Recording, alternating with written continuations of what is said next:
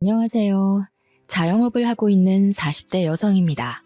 어머니와 제가 일을 나가면 집에 혼자 남아 계신 아버지께서는 늘 심심해 하셨는데요. 사연 채널을 소개시켜드린 후부터는 심심하지 않다고 좋아하시네요. 더 이상 집에 혼자 있는 것이 싫지 않다면서요.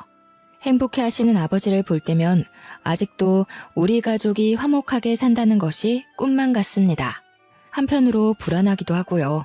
행복을 잡는 것은 뜬구름을 잡는 것처럼 매우 어려운 일이지만 불행이 찾아오는 건 한순간이니까요. 기억도 안 날 만큼 어린 시절부터 시골에서 자랐습니다. 집안 대대로 고구마 농사를 짓는 아버지 때문이었죠. 덕분에 한글을 떼기도 전 흙에서 꿈틀거리는 지렁이와 같이 놀기도 하고 아버지를 도와 고구마를 수확하는 것을 돕기도 했었어요. 아버지께서는 그런 저를 예뻐하셨고요. 아버지는 해가 뜨기도 전 제일 먼저 일어나 작업복을 입으시고 밭으로 향하셨어요. 아버지가 밭으로 출근을 하시면 어머니도 덩달아 바빠지셨습니다. 아버지와 인부들이 드실 새참을 만드셨거든요. 되면 어머니는 1시간 동안 만든 음식을 정성스레 보자기에 싸 아버지에게 전달해 주셨습니다. 그렇게 어머니가 주신 새참을 먹고 나면 아버지께서는 또 해가 저물 때까지 일을 하시고 제일 늦게 집으로 들어오셨고요. 하지만 가끔 아버지가 끝나는 시간과 학교가 끝나는 시간이 맞물리면 같이 집으로 올 때도 있었습니다. 어릴 때는 경운기를 끌고 오는 아버지를 보면 반가웠지만 교복을 입기 시작하면서부터는 그런 아버지가 창피하게 느껴질 뿐이었네요. 멀끔한 정장을 입고 승용차를 몰고 오는 친구들의 아버지와 달리 저희 아버지는 항상 허름한 작업복 차림에 흙으로 범벅이 된 경운기를 끌고 오셨으니까요. 할아버지 때부터 쓴 경운기는 느린 주제에 시끄러운 소리를 내었는데요. 그게 너무 창피하더군요. 주변 사람들이 모두 경운기를 타는 저 아버지를 보는 것 같은 기분도 들었습니다. 그래서 생각했어요. 차라리 고구마 농사가 망해서 아버지도 다른 친구들의 아버지처럼 양복을 입고 출근을 했으면 좋겠다고요.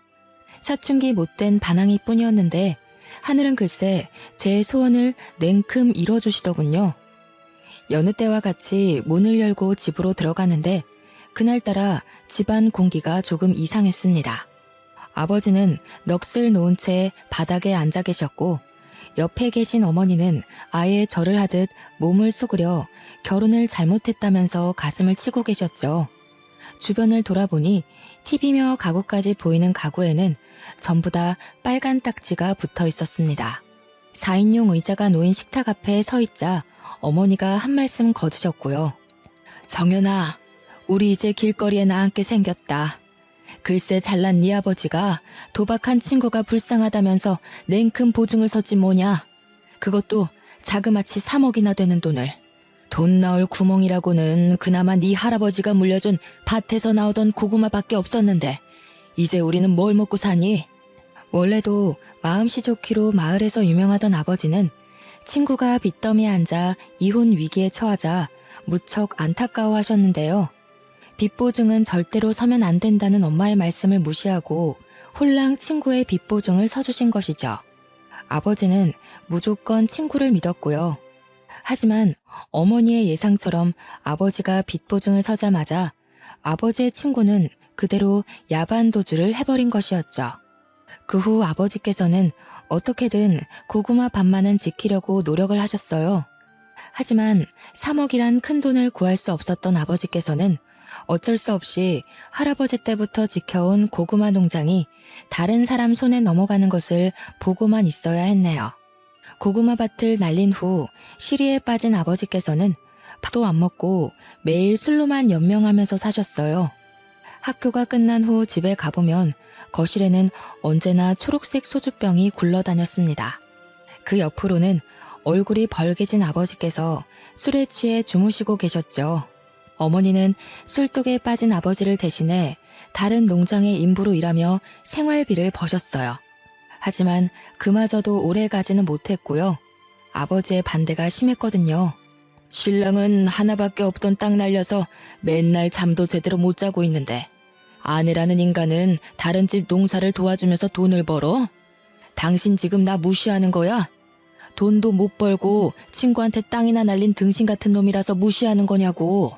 그게 아니면 당신이 어떻게 연말 김씨 농장에 가서 일을 할 수가 있어? 왜? 김씨 농장 고추가 풍년이라 삭값도 많이 받았다던데. 밭도 날리고 돈도 못 버는 신랑 버리고 김씨네로 재혼이라도 하려고? 왜? 많고 많은 일 중에서 김씨 농장 고추나 따나 했더니 속셈이 따로 있었던 거야. 늙은 영감탱이랑 재혼할 바에는 젊고 돈도 많은 김씨한테 가기로 마음먹은 거지. 왜? 내가 당신 마음을 꿰뚫어서 할 말이 없나 보지? 정 김씨랑 합치고 싶으면 내 밭이나 찾아놓고 가. 나는 뭐 좋아서 땡볕에서 하루 왼종일 고추나 따는 줄 알아? 다른 남자 밑에서 일하는 게 싫으면 당신이 나가서 돈이라도 벌어오던가. 친구한테는 3억도 빌려줄 만큼 마음 넓으신 분이 돈도 못 버는 남편 덕분에 피부가 까매지도록 일한 아내한테는 왜 이렇게 야박하나 몰라? 바다 같은 마음은 다 친구한테 퍼나르고 남은 건 빚밖에 없는 양반이 뭘 믿고 이렇게 떳떳한지. 나였으면 창피해서라도 열심히 일할 텐데 당신 같은 남자랑 사는 내 인생이 불쌍해. 뭐야? 이 여편네가 누구 덕분에 이날 이때까지 편하게 산 줄도 모르고. 편하게 살아? 누가? 내가? 잠도 못 자고 손가락이 구부러지도록 새벽부터 일어나서 음식 싸는 게 호강하고 산 거냐? 어머니와 아버지는 하루가 다르게 싸움을 하셨습니다. 몸싸움을 하지는 않았지만 어머니와 아버지의 사이는 급격하게 나빠졌어요. 몇 날 며칠을 싸우던 아버지가 먼저 어머니에게 제안을 하셨고요. 서울에 가자고 말이에요. 어머니 또한 아버지와 싸울 바에는 같이 서울로 올라가서 사는 게 낫다고 판단하셨죠. 시골집을 판 돈이면 제법 괜찮은 집에 살 수 있을 거라고 생각을 했습니다. 하지만 서울의 집값은 생각처럼 호락호락하지가 않더군요. 제일 싼 모텔방에 지내며 괜찮은 집이 있나 찾아보았지만 저희가 가진 예산으로는 역부족이었어요. 결국 반지하 방으로 들어갔고요. 서울로 올라온 후 아버지는 삼시세끼 마시던 술도 끊고 열심히 살려고 했습니다. 일자리도 열심히 구하셨죠. 하지만 농사 말고 할 줄 아는 게 없었던 아버지가 일자리를 구하는 건 어려운 일이었네요. 할 줄 아는 것이 없던 아버지는 일용직 노동자로 일을 하러 가셨는데요. 그날 일이 있은 후 아버지가 일자리를 구하는 일은 없었습니다. 아버지는 공사 현상에서 불구가 되셨거든요. 공사 현상에서 떨어진 콘크리트를 허리에 정통으로 맞으신 아버지는 손 쓸 틈도 없이 불구 판정을 받으셨어요. 회사에서는 과실을 인정하며 치료비와 보상금을 주었지만 저희 가족은 한숨만 쉴 뿐이었네요. 회사에서 지급한 금액이 아버지의 인생을 책임질 만큼 큰 금액은 아닌 거잖아요. 아버지가 경제활동을 할 수 없게 된 후 어머니와 집안의 생계 유지는 어머니와 저의 몫이 되었어요. 하지만 어머니는 불구가 된 아버지를 돌봐드려야 했기에 어쩔 수 없이 저는 집안의 가장이 되어야 했습니다. 대학교를 가고 싶었지만 다른 선택지가 없었어요. 그래서 고등학교를 졸업한 후 작은 중소기업의 경리로 일하며 집안의 생활비를 책임졌죠. 하지만 고작 경리로 일해 번 월급은 세 식구의 생활비를 하기에는 턱없이 부족했습니다. 그 후 어쩔 수 없이 기초생활수급자를 신청하게 되었고요. 아버지와 함께 시청에 갔을 때는 부끄러움이 온몸으로 느껴지더군요. 마치 경운기를 타고 집으로 돌아가던 고등학교 생활이 생각날 정도로요. 시청 안의 모든 공무원이 저희 부녀를 쳐다보는 것 같은 착각이 들었는데요. 담당 공무원은 가난은 부끄러운 것이 아니니 너무 고개 숙이지 않아도 된다고 말을 해주었습니다. 그러면서 알면서도 자존심 때문에 지원받아야 하는 것을 놓치는 게 오히려 더 바보 같은 것이라고 설명해 주었어요. 그 말을 듣자 참 안심이 되었죠. 그 후에도 몇 번 더 시청을 찾아갔는데요. 그럴 때마다 담당 공무원은 친절하게 응대해주며 말동무가 되어주었네요. 그렇게 시청에서 공무원과 만났던 우연은 길게 이어져 담당 공무원과 저는 부부의 인연을 맺게 되었습니다. 처음 만날 때만 해도 기초수급자라는 것이 걸려 밀어내려고 했지만 남편은 그런 것까지 보듬어 줄 줄 아는 따뜻한 사람이었어요. 끝없이 이해해주고 배려해주는 남편 덕분에 무사히 상견례까지 올 수 있게 된 것이었죠. 하지만 시어머니는 남편과는 영 딴판인 분이셨죠. 시골에서 복숭아 농사를 짓고 있다던 시어머니는 휠체어를 탄 아버지를 보자 눈살부터 찌푸리셨고요. 나도 우리 애를 부잣집 도련님처럼 키운 건 아니라 별 기대는 안 했지만 그래도 불구인 장인어른은 좀 심하지 않나요? 몸이 그래서 일 나가기는커녕 똥오줌도 제대로 못 가릴 것 같구만. 너는 하필 데려와도 저런 덜 떨어진 걸 데리고 와서는 시청에서 같이 일하는 공무원들만 추려도 이보다는 낫겠다. 제가 묻는 말이 기분 나쁠 수도 있지만 그래도 이해해 주셨으면 좋겠습니다. 결혼은 일생에 한 번뿐인 중요한 행사인데 남의 집 마당 뼈다귀 주워 먹던 사람과 결혼시키는 건 아무리 그래도 조금 그렇잖아요. 딸 가진 입장에서 제 마음 이해하시죠? 다리가 저러니 일은 못할 테고 생활비며 돈은 어디서 구해오시나요? 기초수급자는 아닐 거 아니에요. 기초수급자라는 말을 듣자 숨이 콱 막혀왔어요.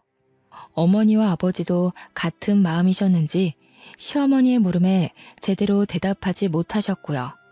그러자 젓가락으로 삼계탕의 날개 부분을 휘젓던 시어머니께서는 저희 가족이 있는 방향으로 젓가락을 던지시더군요. 젓가락이 떨어지며 삼계탕 국물이 얼굴 위로 몇 방울 튀겼지만 그 자리에서 얼굴을 닦을 수도 없었습니다. 이미 화가 잔뜩 난 시어머니께서는 씩씩거리면서 자리에서 일어나셨으니까요. 시어머니는 당장 가방을 챙기더니 급기야 남편을 일으키려 하기까지 했죠. 나는 너 이런 집안에 장가보낼 생각 없으니까 당장 일어나라. 아무리 결혼할 여자가 없다고 해도 그렇지 어디 데리고 올 여자가 없어서 불구의 기초수급자이기까지 한 집안 여자를 데려와. 그렇게 고르라고 해도 못 고르겠다. 어쩜 꾸질꾸질해도 이렇게 삼박자라 잘 맞아 떨어지는 집 애를 데리고 오다니. 차라리 머리를 깎여서 저를 보내고 말지. 어디 이런 근본도 없는 상놈의 집이랑 사돈을 맺자고 하는지. 그쪽도 그러시는 거 아니죠. 딸내미가 아무 생각 없이 멀쩡한 남의 집 아들이랑 결혼을 한다고 했으면 말려야 되는 거 아닙니까? 기초수급자가 뭐 그리 잘난 게 있다고 뻔뻔하게 휠체어까지 밀고 들어옵니까? 왜요? 우리 아들 데려다가 그쪽 남편 똥오줌 가리는 머슴으로 들이려고요? 창피하게 진짜 왜 그래? 장인어른이랑 장모님 기초수급자이긴 해도 얼마나 열심히 살려고 노력하는 분들인데 장모님은 청소부 일하시면서 돈 버시고 아버님은 집에서 일거리 찾으신다고. 아이고 그래. 남의 변기 닦고 집에서 궁상 떤 돈으로 서울에 집 한 채 뚝딱 살 수 있겠다. 이 멍청한 자식아. 너 저 집에 장가가면 그대로 노예되는 거야. 없는 집에서 돈도 못 받고 장인어른 똥수발이나 하고 네가 하는 게 염전 노예랑 다를 게 뭐냐? 그깟 사랑?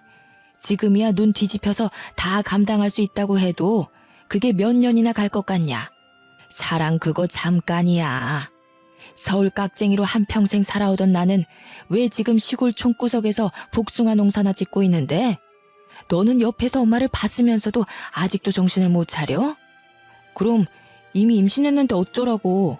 뱃속에 생긴 애 지우기라도 할까? 여자한테 잡혀 사는 호구가 어디 있나 했더니 그게 내 아들이었어. 정신 차려 이거사. 수박 안에 씨도 없는 자식이 어떻게 애를 가지게 해? 너 지금 저 불려시 같은 거한테 속고 있는 거야. 시어머니께서는 기어코 못 믿겠다면서 유전자 검사를 해보자고 제안하셨어요. 막무가내로 나오는 시어머니 때문에 저는 임신한 지 3개월 만에 유전자 검사를 하게 되었고요. 결과는 당연히 남편의 아이가 맞았습니다. 그걸 보자 시어머니께서는 발목을 잡혀도 단단히 잡혔다면서 통곡을 하셨죠. 그렇게 유전자 검사를 한 후 결혼을 허락받음과 동시에 시어머니에게 미운 털이 단단히 박히고 말았네요. 임신을 한 탓에 결혼식을 조촐하게 치러줬어요. 하객 또한 가까운 가족들만 모시고 했고요. 부모님께서는 어디서 살지를 제일 많이 걱정하셨지만 남편이 공무원인 턱에 공무원 임대 아파트에 살 수 있었습니다. 시골에서는 주택에서 서울에 올라온 후로는 반지하를 전전하며 살았는데 아파트에 살다 보니 좋은 점이 많더군요. 깔끔한 집 구조와 아침이면 눈부신 햇살을 볼 수 있는 것 모두가 좋았지만 가장 좋았던 것은 깨끗한 화장실을 쓸 수 있다는 것이었어요. 반지하 집에서 살 적에는 여기저기 곰팡이 핀 화장실을 이용했었거든요. 그래서인지 깨끗한 화장실에서 씻을 수 있다는 것이 큰 축복으로 느껴졌죠. 하지만 한편으로 어머니 아버지에게 미안한 마음이 들기도 했어요. 어찌되었던 어머니 아버지는 아직까지도 대낮에 햇빛조차 간신히 들어오는 반지하 방에서 살고 계시는 거잖아요. 깨끗한 집으로 이사를 가게 해드리면 좋으련만 작은 회사에 격리로 일했던 것이 전부인데다가 현재는 임신을 해 경력까지 단절된 제가 부모님에게 해드릴 수 있는 것은 아무것도 없었어요. 그 사실에 가슴이 미어져 왔고요. 죄책감을 가지던 중 시어머니께서 서울로 올라오셨는데요. 시어머니께서는 문을 열어드리자마자 집안 곳곳을 돌아보시며 물티슈로 창틀이며 침대 밑 같은 곳을 닦아보셨어요. 그러고는 먼지가 묻어나올 때마다 째려보셨습니다. 사람 사는 집에 이렇게 먼지가 많이 나올 건 또 뭐냐? 너 지금까지 우리 아들한테 이런 먼지 나부랭이 먹이면서 살았던 거냐? 사람이 자기 부족한 걸 알면 노력이라도 해야지. 너는 어떻게 돼 내가 시집 올 때 빈몸으로 낼름 우리 아들한테 시집 와놓고서는 노력할 생각을 안 하냐? 이래서 집안 환경이 중요한 건데 자기가 돈 벌 생각도 안 하고 남의 피땀 흘려 세금이나 축내는 부모 밑에서 컸으니 어디 남의 등골 빼먹는 거 말고 또 뭘 배웠겠냐? 제가 요즘 입덧이 심해서 누워만 있었더니 죄송해요. 몸 나아지면 바로 집 깨끗해지도록 노력할게요. 어디 내 배에 있는 애만 금태라도 두르고 나왔던? 뭐가 그리 까다로워? 어디 내 엉덩이에 꿀이라도 발라놓은 거냐? 그러지 않고서는 어떻게 사람이 돼가지고 침대에만 꿈쩍을 않고 누워있을 수가 있어? 몸이 힘들다고 한들 밖에서 일하는 우리 아들보다 힘들까? 안 되겠다. 너 당분간 내 밑에 내려와서 일손 좀 거들면서 시골에서 지내라. 부모한테 나쁜 것만 배운 버릇을 단단히 고쳐놔야지. 막달이라 안 된다고 했지만 시어머니께서는 그렇게라도 결혼하게 해준 은혜를 갚으라고 하셨습니다. 계속 거부를 하자 시어머니께서는 남편에게 전화를 하셨고요. 일 시킨다는 이야기를 쏙 뺀 시어머니의 말에 남편은 시골에 내려가 쉬엄쉬엄 놀다 오라며 오히려 시골에 가는 것을 대찬성하는 눈치였어요. 믿었던 동아줄까지 끊겼기에 어쩔 수 없이 막달의 몸으로 시골에 끌려가게 되었죠. 시골에 내려가자 마음의 준비를 할 틈도 없이 지옥이 펼쳐지더군요. 아침부터 복숭아 농장에 할 일이 많다며 5시도 안 되는 시간에 깨웠거든요. 복숭아 가지치기부터 시작해 복숭아 포장까지 모든 것을 일주일 안에 끝내야 했기에 쉴 수 있는 날은 없었습니다. 오히려 잠이라도 5시간 이상 자는 것이 감지덕지할 지경이었죠. 이미 시골 근방에서 못돼 먹은 농사꾼으로 이름을 날린 시어머니께서는 유난히도 저를 괴롭히셨는데요. 오죽하면 같이 일하던 아주머니들께서 며느리와 시어머니의 관계가 아닌 8년 노예와 주인의 관계로 볼 지경이었어요. 아주머니들은 제 처지가 기구하다며 다 같이 혀를 차주었습니다. 그럴 때마다 시어머니는 인기척도 없이 나타나 한마디씩 톡톡 쏘아붙이셨죠. 기초수급자 집안 주제에 언감생심 맨 몸뚱이로 시집왔으면 밥값은 해야지. 여주댁이나 김포댁이 애 하는 꼴을 못 봐서 불쌍하다는 소리를 하는 거야.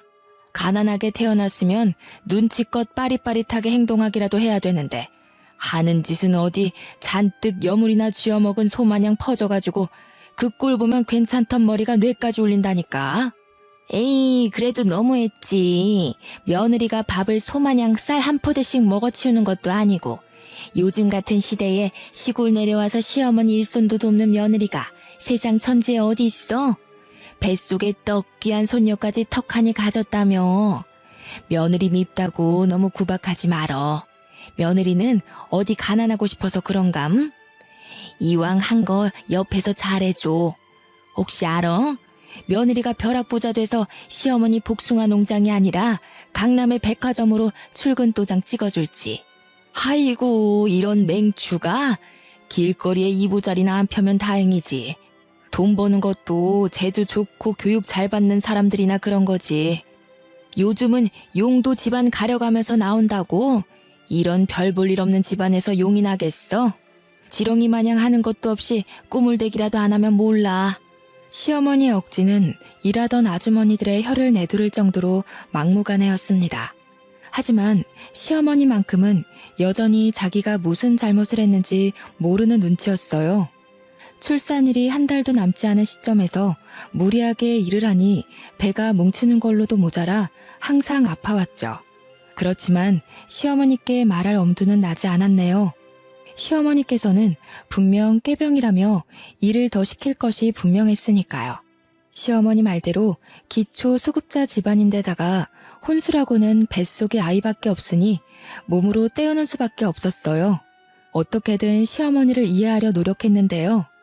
시어머니께서 혼자도 아닌 둘이 지내고 있는 집에 새로운 남자친구를 끌고 들어온 후 그 마음은 불에 타버린 듯 흔적도 없이 사라지고 말았네요. 시어머니의 남자친구를 봤을 때의 충격은 말로 표현하지 못할 정도였어요.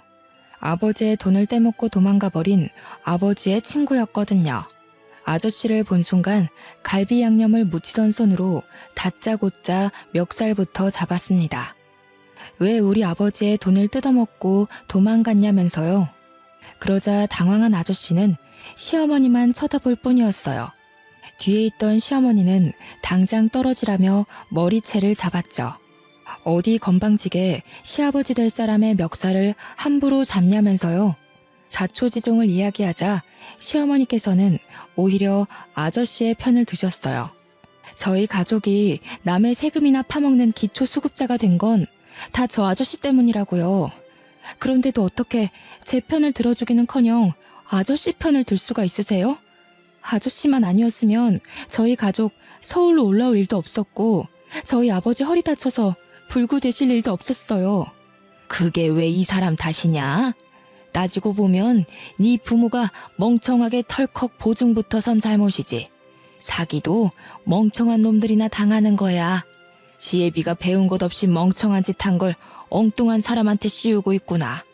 시어머니께서는 저희 부모님이 멍청해서 당한 거라며 오히려 아저씨 편을 드시더군요. 아저씨 또한 시어머니의 태도에 힘을 얻어서인지 궁금하지도 않은 변명을 터진 입으로 줄줄이 말했고요. 사람이 너무 어이가 없으면 실수부터 터진다고 했던가요? 시어머니 아저씨의 뻔뻔한 태도를 보자 헛웃음이 터져나왔습니다. 그 모습을 지켜보던 시어머니께서는 드디어 실성을 했다면서 혀를 차셨고요. 시어머니와 아저씨를 노려보고 있는데 갑자기 살살 아랫배가 아파왔어요. 꾀병을 부린다는 시어머니의 말을 들으니 때에 맞춰 양수가 터졌죠. 어쩔 수 없이 집안을 망하게 한 원수를 눈앞에 둔 채 병원에 실려가게 되었네요. 자궁문이 열리지 않은 탓에 제왕절개로 아이를 낳을 수밖에 없었습니다. 남편은 딸을 낳았다는 말에 서울에서부터 한 걸음에 달려왔죠. 남편은 눈도 제대로 뜨지 못한 딸을 안으며 너무 예쁘다며 시어머니에게 넘겨주려 했지만 시어머니는 정색하며 아들을 밀어냈어요. 고추도 안 달고 나온 거 뭐가 예쁘다고 안아보냐? 애는 자연분만 해야 머리도 똑똑하고 잘 산다고 하던데. 하필 처대를 제왕절개로 낳을 건 뭔지. 에휴, 보나마나 지혜미 닮아서 멍청하기만 하겠지. 예, 너는 살림 미천 낳아놨으니 몸조리 다 하면 아들이나 하나 더 낳아라. 쓰레기장에서 주워왔어도 저도 암탉이라고 애는 낳을 수 있으니 아들도 금방 낳겠지. 너도 바보처럼 자꾸 애한테 정주지 말고. 손자놈 태어나면 질투할 게 뻔한데 벌써부터 오냐오냐 하면서 버릇 나쁘게 길들이지 말어라. 시어머니는 딸아이가 꼴도 보기 싫다는 듯 굴었지만 남편은 그저 자기 자식이 태어났다는 것만으로도 좋다며 해벌쭉 웃음을 지었어요. 그 모습을 본 시어머니는 한숨을 푹푹 내쉬었고요. 그러고는 남편에게 몇 푼 되지도 않는 공무원 생활을 때려치고 시골로 내려와 같이 복숭아 농사나 짓자 하더군요. 반대했지만 민원인으로 스트레스를 받던 남편은 시어머니의 제안을 수락했습니다. 청천벽력 같은 소식이었어요. 아이만 낳으면 서울로 돌아갈 수 있다는 생각 하나로 이악 물고 버텼는데 이 지옥 같은 곳에서 계속 살아야 되는 거잖아요. 딸아이와 함께 서울로 올라온 후 남편을 설득하기 위해 노력했죠. 하지만 남편은 집에서 신랑이 벌어다주는 돈으로 편하게 사는 사람은 자기 마음을 이해하지 못한다면서 오히려 타박을 하였네요. 그러면서 자기는 기초생활수급자인 부모님을 둔 것도 이해해 주었으니 이 정도는 그냥 덮고 넘어가자고 했고요. 시골에서 내려온 후로는 시어머니 댁에서 살게 되었습니다. 남편은 공무원 옷을 벗고 난 후 밀린 잠을 다 자는 듯 12시가 넘어서야 간신히 일어나 점심을 먹었어요. 남편의 수면 시간은 서울에 살 때보다 늘어났지만 저는 그 반대였네요. 아이에게 모유를 먹이고 아침 준비를 하고 농사일을 거두려면 6시에 일어나는 것도 벅찼거든요. 한숨도 자지 못하는 것도 꼭두 새벽부터 일을 하는 것도 모두 다 힘들었지만 정말 힘든 것은 따로 있었어요. 아버지를 기초수급자로도 모자라 불구로 만들어버린 아저씨와 같이 사는 일 말이에요. 시어머니께서는 아예 아저씨와 결혼이라도 할 것처럼 굴며 얼마 전부터는 살림까지 합치셨죠. 처음에는 미안한 기색을 보이며 설거지라도 하려던 아저씨는 어느 순간부터 시아버지 노릇을 하며 여기저기 부려먹었습니다. 이제라도 돈을 갚으라고 말을 해도 배째라는 식으로 굴며 자신도 알거지라고 말을 하더군요. 그러면서 오히려 자기한테 감사의 인사를 하라는 말까지 했어요. 자기 때문에 기초수급자가 돼 나라 돈을 받으면서 편하게 사는 거라면서 말이에요. 기가 막히고 코가 막혔습니다. 아저씨의 등장은 가뜩이나 가시밭길인 앞길의 장애물 같은 존재였죠. 오히려 복숭아 농장에서 일을 하는 것이 휴식처럼 느껴질 정도였고요. 아이가 돌이 지나고 5살이 될 때까지 시골에서의 삶은 고단함의 연속이었어요.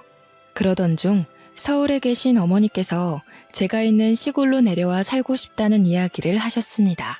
서울 반지하에서 햇빛도 못 보면서 살 바에는 차라리 시골로 내려가 햇빛이라도 보면서 살고 싶다는 것이 어머니의 의견이었어요. 저 또한 어머니의 의견에 동의를 했고요. 그래서 시댁이 뒤집히는 일이 있더라도 꼭 부모님을 시골로 모셔오리라고 생각을 했어요. 시댁으로 가 부모님을 모시고 오겠다고 하자 남편과 시어머니는 펄쩍펄쩍 뛰면서 반대를 했네요. 아니, 너는 생각이 있는 거냐 없는 거냐? 지금도 일손이 없어서 죽겠는데 몸뚱이도 성치 않은 내 부모 내려와 봐라. 우리 농장 일은 누가 하나? 가뜩이나 애도 어린데 꼭 장모님이랑 장인어른까지 모셔와야겠어. 두 분이 여기 오시겠다는 이유가 뭔데? 당신들 서울에서 적적하게 살기 싫으니까 내려오겠다는 거잖아. 당신은 꼭 괜히 일을 버려서 사람을 귀찮게 만들어야겠어? 저요. 그동안 걸핏하면 기초수급자라고 걸고 넘어지는 소리 듣고 싶지 않아서 이악 물고 새끼 꼬박꼬박 차려드리면서 농사일까지 했어요. 이 정도 노력했으면 그동안 부족한 며느리로서 할 만큼 한 거 아닌가요? 그래서 앞으로는 착한 며느리 안 하고 착한 딸 하려고요. 기초수급자 집이라고 눈치 보면서 부모님한테 제대로 못 해드렸는데 저희 부모님이 얼만큼 더 살 줄 알고요. 제덕씨야, 한 집에서 어머님이랑 같이 사니까 어머니가 내일 돌아가시던 지금 당장 돌아가시던 여한이 없겠지만 저는 아니거든요. 저희 제 효도도 못 받고 내일 당장 돌아가시면 그건 어떻게 보상해 주실 건데요? 어머니가 저희 부모님 대신 저승길 가실 건가요? 아니잖아요. 허락 구하려고 말씀드린 거 아니고 그냥 통보드리는 거예요. 저런 못 배워먹은 게 어디서 목소리를 높여? 시어머니께서는 부모님을 모시고 온다는 소리에 개거품을 물면서 반대를 했어요. 남편 또한 사람이 왜 이렇게 이기적이냐면서 뭐라고 했고요.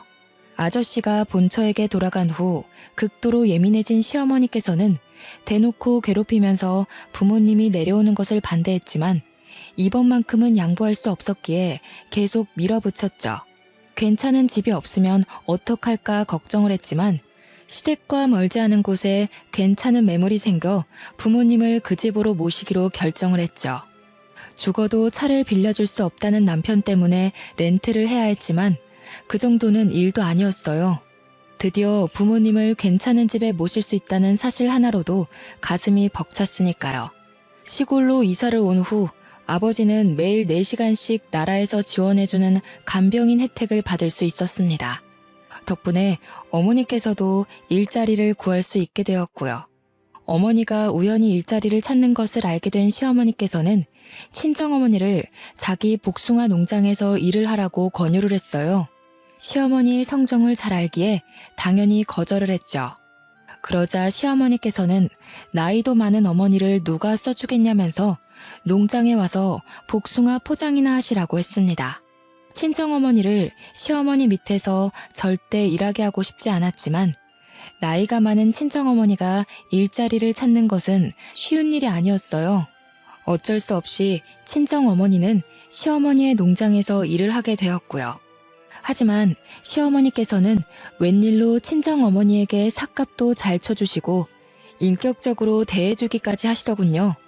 드디어 시어머니가 변했구나라고 생각했지만 그건 큰 오산이었네요. 시어머니께서는 어머니에게 두둑한 품값을 주는 대신 저의 품값은 아예 주지를 않으셨거든요. 시어머니를 보면서 느낄 수 있었습니다. 사람은 쉽게 변하지 않는다는 것을요. 그렇게 일을 하던 중 버려지는 복숭아들이 신경 쓰이더군요. 상했거나 골맞으면 모르겠지만 복숭아들은 단지 모양이 못났다는 이유로 버려졌으니까요. 그래서 아무 이유 없이 버려지는 복숭아들로 잼을 만들기로 결심을 했네요. 처음에는 재미삼아 만들기 시작해 같이 일하던 아주머니들에게 나눠드렸죠. 복숭아 잼을 드신 아주머니들께서 맛이 일품이라며 칭찬을 해주셨고요. 그 말을 들으니 힘이 저절로 났습니다. 제가 나서서 한 일에 사람들이 긍정적인 호응을 하는 것은 처음이었습니다. 그래서 인터넷으로 복숭아잼을 팔기 시작했어요. 한 달 정도는 하루에 한두 개만 팔아도 다행이다라고 생각할 정도였지만 입소문을 타서인지 2달이 넘어간 후부터는 도저히 혼자서 감당할 수 없을 정도로 잼은 불티나게 팔려나갔죠. 수입이 괜찮아지자 제대로 해보고 싶다는 욕심도 났고요. 그래서 남편에게 같이 복숭아잼을 만들어 팔자고 제안을 한 것이었죠. 하지만 남편은 대학도 안 나온 주제에 괜히 일 벌이지 말라며 비웃을 뿐이었어요. 시어머니 또한 쓸데없는 짓 할 시간 있으면 당장 농장 일이나 더 하라고 했죠. 사정이 이렇다 보니 복숭아잼을 파는 것은 그만두어야 했습니다. 하지만 아쉬워할 새도 없었네요. 그나마 건강하시던 어머니마저 쓰러지셨거든요. 복숭아 포장을 하다가 갑자기 쓰러진 어머니는 병원에 누워 계셨는데요. 의사가 말하길 어머니는 뇌졸중으로 쓰러지신 거라고 해요. 깜짝 놀라하니 의사는 아직 초기이니 병원에 잘 다니고 약만 꾸준히 잘 챙겨 먹으면 괜찮아질 거라 했어요. 괜찮다는 한마디에 금세 눈물이 핑 돌더군요. 깨어난 어머니께서는 별거 아닌 일로 호들갑 떨지 말고 시어머니에게나 잘하라고 말을 했죠. 하지만 몸도 성취하는 어머니가 병원에 혼자 다닌다는 것은 말이 되지 않았어요. 그래서 같이 병원에 다니자고 약속을 받아낸 후 어머니를 집에 모셔다 드렸고요. 12시 넘어 들어가자 현관문 앞에서는 도끼 눈을 한 시어머니와 남편이 서 있었습니다. 시어머니께서는 바람이라도 난 거냐면서 추궁을 하셨어요. 남편은 여자가 일찍 집에 들어와 집안일을 해야지 어디를 싸돌아다니냐고 화를 냈고요. 시어머니와 남편 모두 오해를 하는 것 같아 병원에서 있었던 일을 말했어요. 그런데 걱정할 거라는 예상과는 다르게 시어머니께서는 등짝까지 때리며 뒷목을 잡으셨죠. 아니 그럼 네 엄마가 뇌졸중이라는 말이냐? 세상에 재수가 없어도 유분수지. 제일 바쁜 날에 이게 무슨 일이람? 그래서 너는 멍청하게 계속 병원에 앉아 있었고, 못 사는 집에서 시집을 왔으면 보잘것없는 지엠이 버릴 줄도 알아야지. 멍청하기가 아주 이루 말할 수가 없구나. 너 없으면 농장 일이며 집안일이며 할 사람 없는 거 뻔히 알면서 그걸 알고도 편하게 누워있는 애미 옆에 있다가 와? 그럴 거면 시집을 오지 말고 아파서 갤갤거리는 네 부모 시다 노릇이나 하면서 살았어야지. 너 때문에 여기 피해자가 몇 명이냐?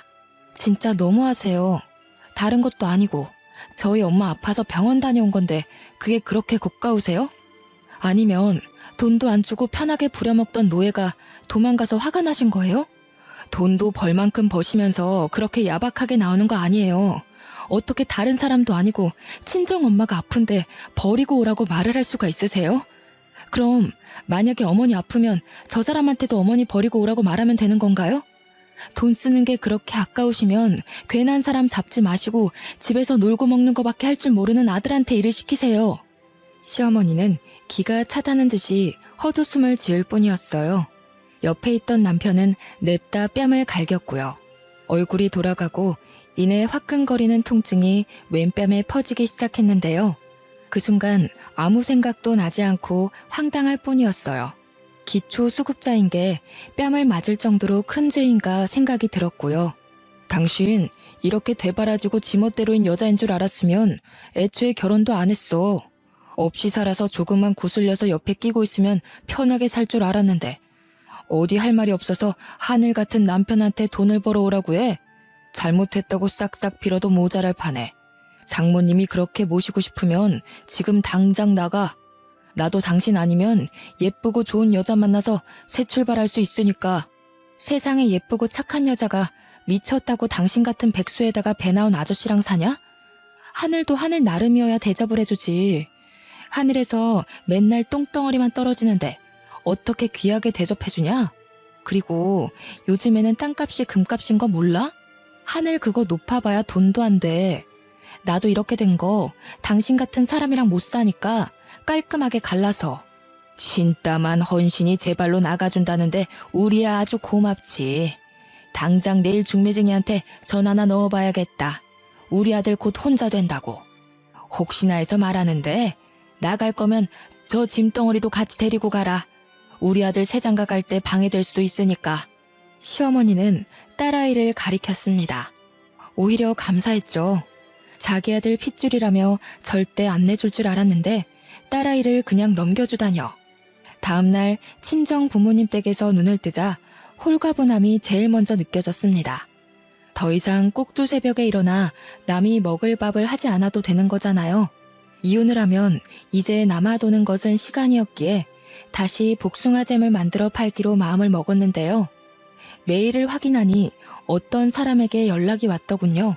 자신의 농장에서 나는 복숭아로 잼을 만들면 안 되냐면서요. 좋은 기회였기에 당연히 승낙을 했죠. 그런데 알고 보니 그 농사꾼의 정체는 시어머니가 그렇게 싫어하던 앞마을 복숭아 아줌마였습니다. 복숭아 아줌마는 저를 보자 시어머니가 있는데 괜찮냐고 되물었지만 이혼할 사이니 괜찮다고 대답을 한 후 아줌마의 제안을 흔쾌히 받아들였죠. 남편과는 협의 이혼을 하기로 결정을 했습니다. 딸아이가 있었기에 3개월이란 이혼 숙려 기간이 있었는데요. 마음 같아서는 숙려 기간이고 뭐고 당장 갈라서고 싶은 마음이 굴뚝 같았죠. 하루라도 빨리 징글맞은 시댁과 남이 되고 싶었으니까요.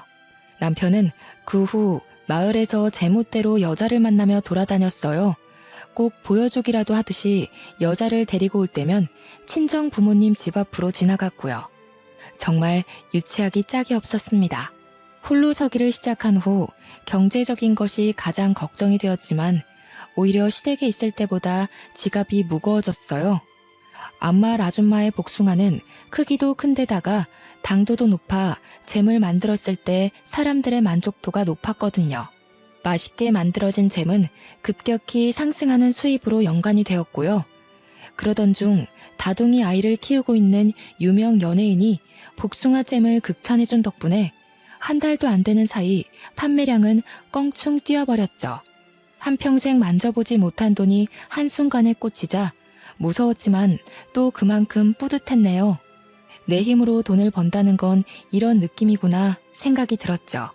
통장에 돈이 모이자 다시 한번 서울로 이사를 가야겠다고 생각했습니다.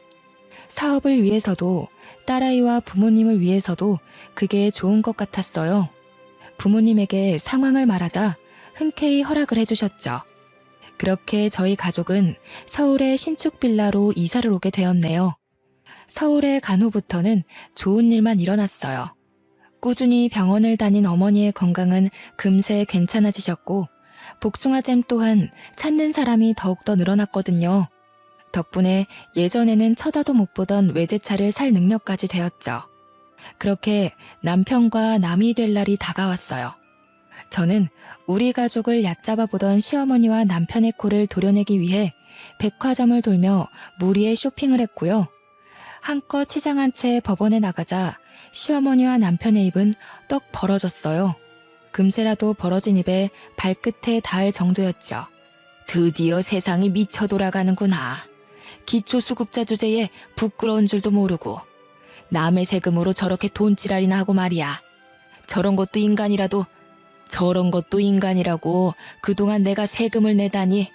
신고를 하던 배 아파 응급실에 하던 알아서 하세요. 어차피 이제는 남남이잖아요. 그리고 이제야 드리는 말씀인데 어머니 돈도 있으시면서 옷 입는 스타일이 너무 촌스러우세요. 오죽하면 처음 보는 사람도 농사하는 사람이냐고 말했겠어요.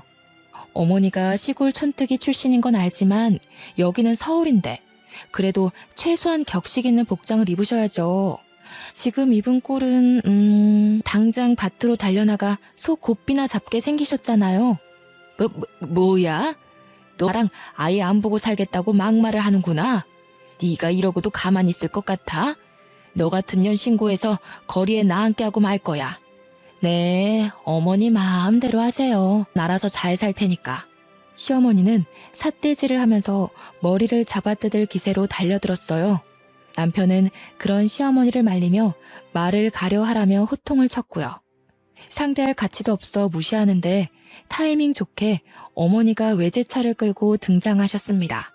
부잣집 사모님같이 꾸민 어머니의 모습을 본 시어머니는 너무 놀라 뒤로 자빠지셨고요. 거지 주제에 무슨 돈이 있어서 저런 비싼 차를 산 거야? 너 이제 하다하다 도둑질까지 하는 거냐? 아범아, 당장 경찰서에 전화부터 넣어라. 남이 낸 세금으로 호강하던 기초수급자들이 이제 도둑질까지 한다고. 저런 것들은 깜빵에 쳐넣어야 되는 거야. 그래, 분수에 맞지도 않는 비싼 옷 입을 때부터 알아봤어야 하는 건데 내가 이럴 줄 알았지. 남의 돈에 손 뻗을 생각까지 하고 돈독에 아주 발끝까지 뻗쳤구나. 거지가 돈 욕심내면 어떻게 되는지 톡톡히 알려줘야지. 우리 딸이 돈 벌어서 산 건데 무슨 문제 있소? 그러게, 사돈도 우리 딸내미가 같이 잼 만들자고 했을 때 동참을 하셨어야죠. 괜한 사람 누명 씌워서 가뜩이나 일 많은 경찰들 피곤하게 하지 말고 그냥 가던 길 마저 가세요. 복숭아잼 이야기를 듣자 시어머니 안색은 한순간에 퍼렇게 질리셨어요. 충격이 어찌나 크셨는지 112가 찍힌 핸드폰까지 바닥에 떨구셨고요. 그러더니 시어머니께서는 이렇게 외치셨습니다. 이 이혼은 무효야. 그동안 내가 너를 얼마나 많이 도와줬는데 뼈 빠지게 고생한 시애미를 모른 척해? 뼈가 삭으셨으면 가서 사골국이나 푹 삶아 드세요. 괜히 헛소리나 찍찍하지 마시고. 이제 치매까지 오신 거 아니에요? 고생은 제가 다 했는데 왜 생색은 어머니가 내세요? 그 닭부리 같은 입으로 쪼던 것도 도와준 거라고 생각하시는 거예요? 마음 같아서는 가사노동한 것까지 물어서 위자료 청구하고 싶지만 그래도 같이 산정을 생각해서 참는 거예요. 고마운 줄이나 아세요. 옷을 탁탁 털고 어머니가 몰고 온 외제차에 올라타자 온몸으로 통쾌함이 느껴졌습니다. 드디어 기초수급자라고 무시하던 시어머니와 남편에게 제대로 복수를 해준 것이잖아요. 그 후 남편은 몇 번이나 전화해 재결합을 하자고 요구를 했어요. 딸아이를 생각해 부부의 인연을 이어가자면서요. 알고 보니 남편은 사업을 한다고 설치며 시어머니 농장의 절반을 홀랑 팔았던 것이었죠. 하지만 끈기도 없고 게으른 남편이 사업을 해 잘 된다는 건 말이 안 되는 일이었죠. 시어머니 또한 남편과 합세하여 은혜도 모른다며 욕설을 퍼부었는데요. 그냥 두 모자를 차단했네요. 현재 저는 개인 사무실과 작은 공장을 가질 정도로 잘 나가고 있답니다. 깨끗한 집으로 퇴근 후 가족들과 즐거운 시간을 보내고 있고요. 혼자서 돈을 벌어보니 알겠더군요. 세상의 돈이 전부는 아니지만 나를 지키고 더 나아가 소중한 사람을 지키기 위해서는 꼭 돈이 필요하다는 걸요. 현재 시댁에 대한 스트레스를 받는 분들이 계시다면 꼭 자기 힘을 돈부터 벌어보셨으면 좋겠습니다. 경제적 독립을 해야 내 목소리를 낼 수 있는 힘이 생기는 법이거든요. 아무튼 저의 긴 사연 들어주신 여러분 감사합니다.